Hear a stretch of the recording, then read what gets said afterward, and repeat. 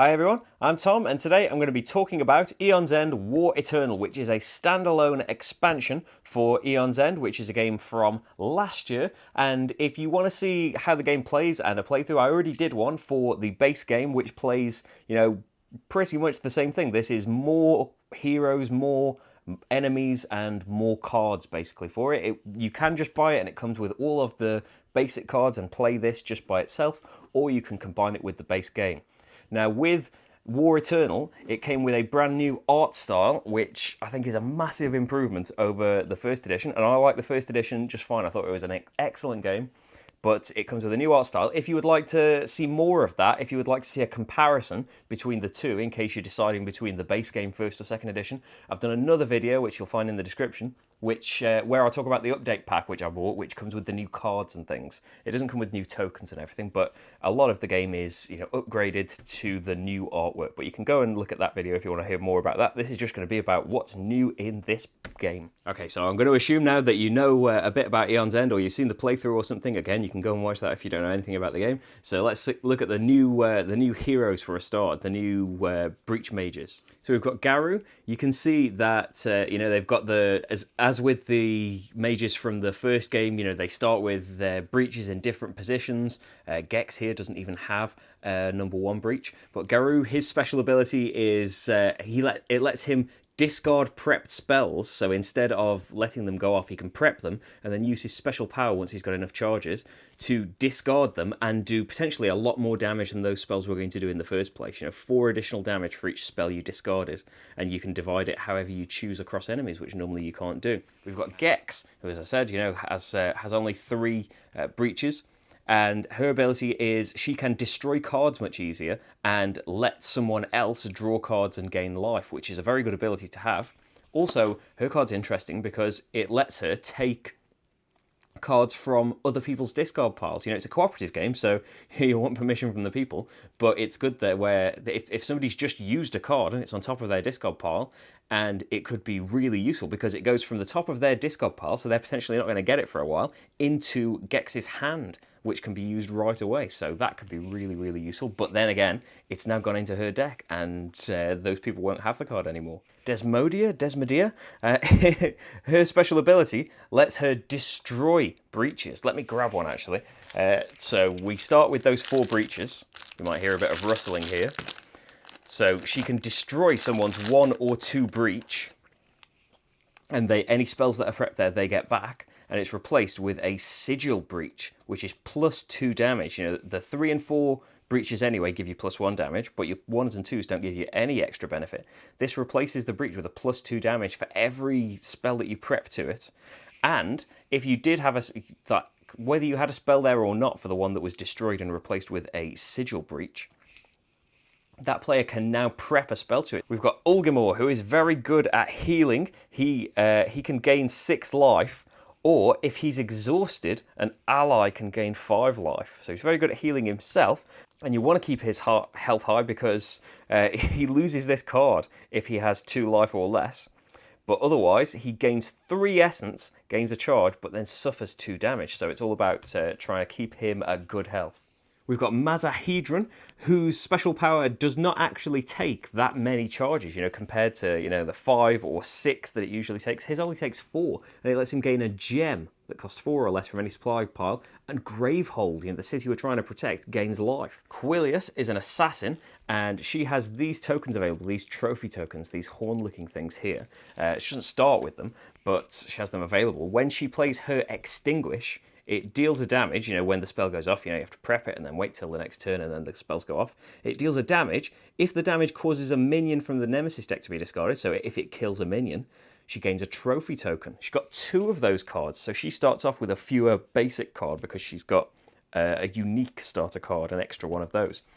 But her special ability, she deals 2 damage for each trophy token she has. Mist can be very useful. Her unique card lets her just gain an essence and lets somebody prep a spell, any ally, they prep a spell to an opened or closed breach. And then a special ability, cast up to 3 different spells prepped by any number of players. So amongst your entire pool of players, prep 3 of those spells, and those spells that go off instead of going into the discard pile as normal, go back into the ally's hands.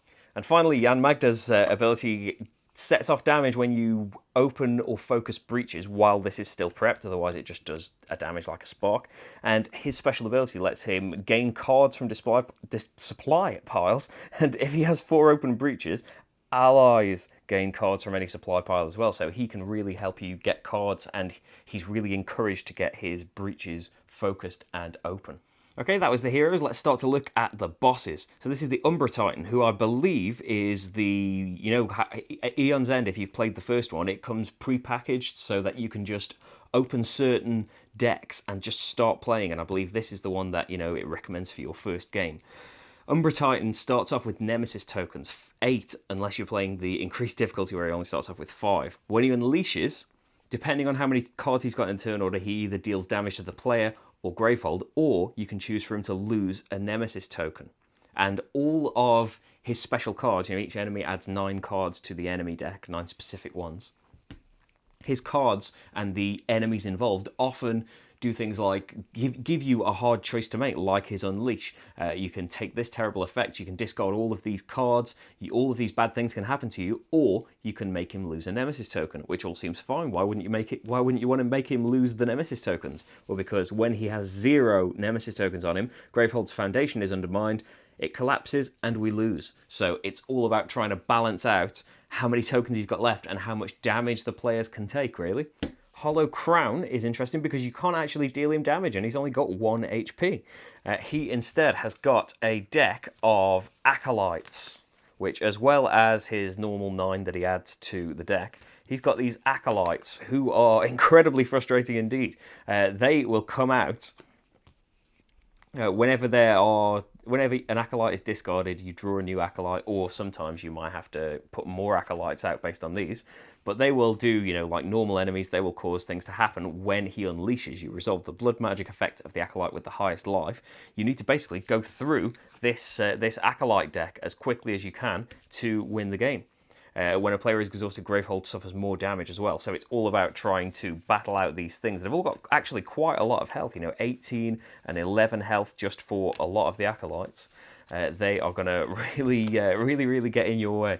Then we have the Gate Witch, who is all about messing with the turn order deck. She starts off with a Nemesis token, and she will gain them over the course of her various spells and effects and things. And at the end of her turn, if the Gate Witch has 5 or more, and there is exactly 1 turn order card in the discard pile, so this is the first turn of the round, it accelerates time and shuffles that card back into the turn order deck. So we'll take an extra turn.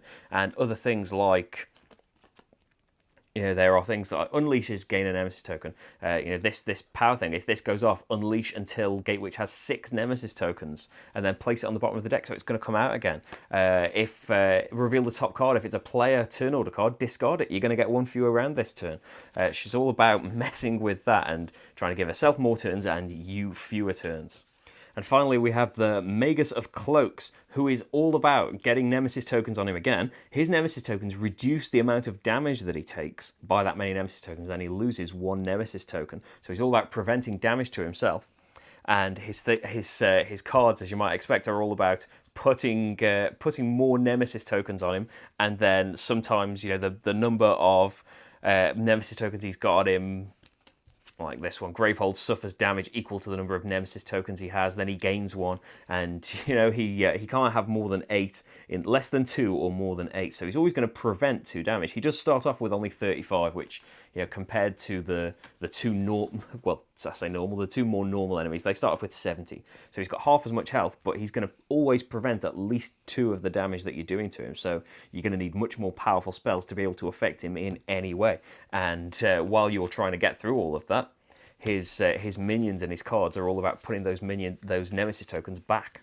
And finally, let's have a quick look at some of the new cards. This isn't all of them, there's far more than this, but I'm not going to go through every single card. I've already gone through every hero and every boss. So we've got Pyrotechnic Surge. This actually takes 2 breaches. It takes 2 breach slots but it does 4 damage and lets you destroy a card if you want to from your discard pile.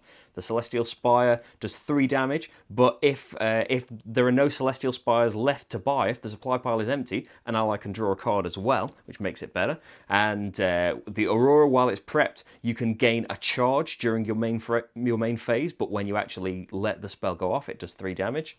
The Fiery Torrent deals 2 damage and 2 additional damage for each other Fiery Torrent that's prepped. So another one like Celestial Spire where you're encouraged to get a lot of copies of it across your group. Equilibrium is while prepped, when you suffer damage, you can reduce it by 1 to a minimum of 1. And when you finally let it off, you deal 4 damage. Some of the relics, the Conclave Scroll lets you gain a charge. And if there are none left, you can destroy the top card of someone's discard pile. Obviously, if they want you to. The Fiend Catcher lets you mess with the turn order deck. You reveal the top card of it. And if you reveal the Nemesis one, you can put it on the bottom. So they're still going to get to go this round, but you know when they're going.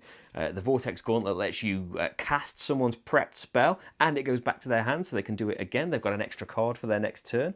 And some of the gems, the Frozen Magmite gives you 2 and lets you put the next card you buy on the top of your deck instead of your top of your discard pile. Breach Ore lets you either get some essence or focus Close Breach with the lowest focus cost, which, as you open the cheaper ones, can be a lot more than the 2 essence that you'd get from it. The Scoria Slag is better as the game goes on, because as soon as the Nemesis tier gets to 2 or higher, it's worth 3 essence instead of 2.